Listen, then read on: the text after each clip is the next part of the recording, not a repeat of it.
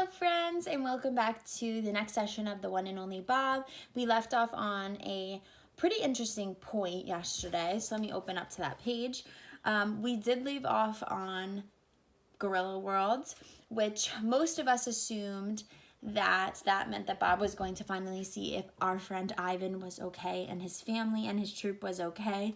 But before we dive into that, I just wanted to say that I really adored and really valued all of your ideas on what you think would happen when a zoo lost its walls and boundaries and fences, and all of you agreed that would in turn turn the zoo into a wild place, or the wild, where these animals are finally able to interact with one another, maybe defend themselves.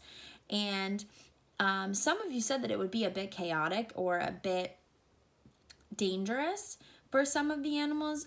In a previous posting, Ethan and Evan, but I'm mostly focusing on what Ethan said here, he mentioned that it wouldn't necessarily be safe if some of these animals went back into the wild because they don't necessarily know how to defend themselves. And I totally agree with Ethan's idea, because it's true. You know, as much as we want animals to be in the wild, if you're born into a sanctuary or into a zoo, you're not born into a situation where you would know how to necessarily defend yourself, how to hunt for your food, how to protect your family. So those instinctual skills that most animals are born with don't really come into play, and therefore when they are sent back into the wild, it's not necessarily the safest place for them.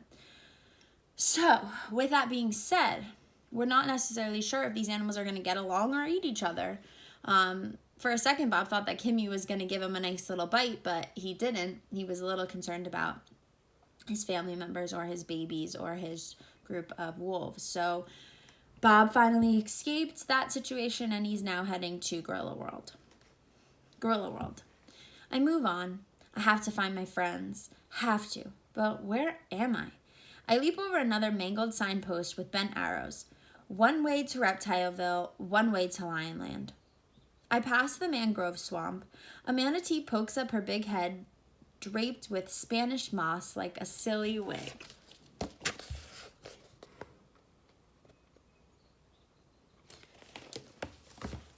Two workers in yellow raincoats trot past me.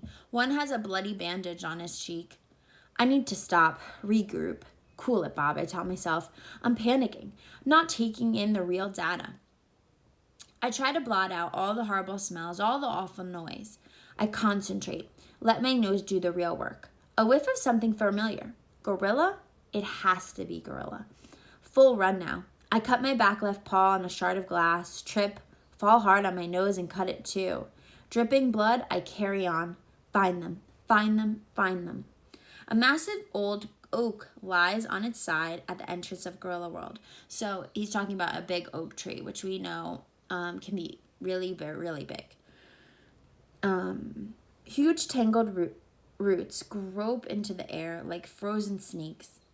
And just beyond, where Ivan lives, is nothing but devastation. Oh no, guys. I'm so worried. I really hope they're okay. The stone wall separating Gorilla World and Elephant Odyssey is gone. Pieces of both domains mingle. An elephant toy here, a gorilla nest there. Part of the indoor gorilla space has crumbled to the ground. I scan the area where Ruby and her herd like to hang out. Nothing. No gorillas either. Out of nowhere, the rain picks up, coming sideways, blinding me. The wind, not actually. It just means that he can't see at that. Like, he can't see in front of him. But he's not actually blind. The wind howls like a hurt dog. This storm isn't over. Not by a long shot. I leap over a pile of cement blocks, catch my hurt foot on something sharp. Yelp! Keep going. Ivan, I call. Ruby! Nothing. I get to a slight rise, leap onto another overturned tree, and try to make sense of the damage. Red and blue lights cut through the rain, police, fire engines, good. We need all the help we can get. I take in several lungfuls of the hideous air. It's too wet, too full of conflicting odors, a mismatch of scents I can't decipher, especially with my busted nose. The wind gathers speed, pushing at me with incredible force. Feels like it'll tear my ears right off my sore noggin. I can barely stay upright. Wind like that, storm wind, doesn't carry scent. It obliterates it. Help! Help us! It's a tiny, desperate voice. Maybe even Ruby's voice. I hope it's Ruby. I pick my way through the debris, trying to lock onto the sound. It ain't easy. Please help us! Climbing over the remains of the wall, the one I was sitting on, what seems like moments ago, I find myself at the bank of a moat. Ruby, I call at the top of my lungs. Uncle Bob! The sound of my name cuts through the gloom like a shaft of sun. Ruby runs in the opposite edge of the water. She's maybe 8 feet away, but I can barely make her out in the torrential rain. You stay there, I yell, trying to be heard over the wind. I'll come to you. Guys, thank goodness Ruby's okay. I can't. There's a picture. I follow the bank until I come to a spot where several chunks of wall have tumbled into the water. 3 careful leaps and I'm across.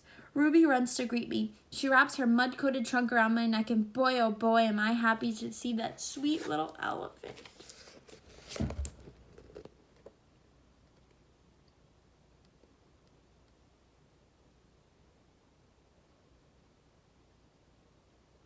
Look how cute she looks. He's so much smaller than Ruby. It's hard to like kind of imagine because we know he's like older than her, but for some reason I always feel like she's so tiny, but she's so big. You hurt, Ruby? I ask. Is everyone all right? Ruby sniffles. Yes, but come quick. She dashes off before I can say anything more. 5 of Ruby's aunts stand by the elephant side of the moat. Each one has her trunk plunged deep in the dark, muddy water. They look like a bunch of kids trying to find a lost toy in a swimming pool. It's almost funny until I see what they're reaching for. A baby gorilla is in the moat. The tiny gal keeps grabbing for a trunk to hold on to, then slipping free. Her terrified screeches fill the air. It's Kudzu, Ivan's favorite. Oh no. Excuse me, I have a tickle in my throat. An idea. I'm going in, says Masika, one of the younger aunts. Might make things worse, Akela cautions. Displace the mud, pull her down toward the bottom. I could go in, I suggest, the words popping out before I can swallow them. It's more mud than water, Bob, Akela shakes her head. You'll get as stuck as Kudzu. I don't exactly argue the point. I got an idea, comes a small voice. All the aunties turn to Ruby, and she looks startled to have their complete attention. A couple of us get on the other side of the moat, said Ruby. Grab trunks. We'll make like a, what do you call it? A sling, I exclaim. A hammock like the gorillas have. I don't know, Ruby, Akela sounds doubtful. Kudzu grabs onto Masika's trunk with both hands. Wait, Masika says, I think I've got her this time. Masika lifts her trunk with deliberate slowness, carefully trying to support the baby gorilla once again. Kudzu can't hold on. She lets out a despairing cry. Down she goes, lower this time. Her nose and eyes are just visible. Oh my goodness. Okay, Akela says with a nod at Ruby. Let's give Ruby's idea a try. Masika, Laheli, Elodie, cross over the far side. Zaina, Ruby, and I will take this side. All 3 elephants move with surprising quickness to the spot where I crossed. They gallop back down until they're facing us. It's strange to see them on the other side of the moat. With all the wall destroyed, they're technically in Ivan and Kenyani's domain. Move down a bit, Akela instructs. That way, she motions with her head. We want to scoop her out, not push her down. 3 on one side, 3 on the other, the elephants reach out for each other's trunks, creating a kind of cradle. So almost like this.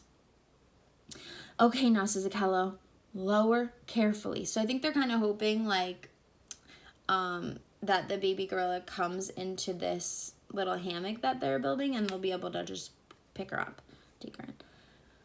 Down they go into the muddy water. Ruby nearly loses her footing, so I grab her tail with my teeth. It doesn't help much, and she yelps, ouch! But my heart is in the right place. Kudzu thrashes her tiny arms. Stay calm, I call. Easy for me to say. She looks over at me, and I'll never forget the fear in her dark eyes. Then she vanishes below the surface.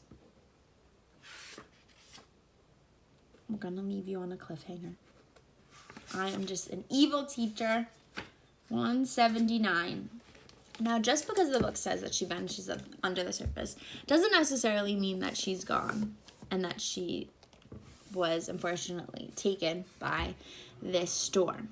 It can just mean that right now she vanished under the water.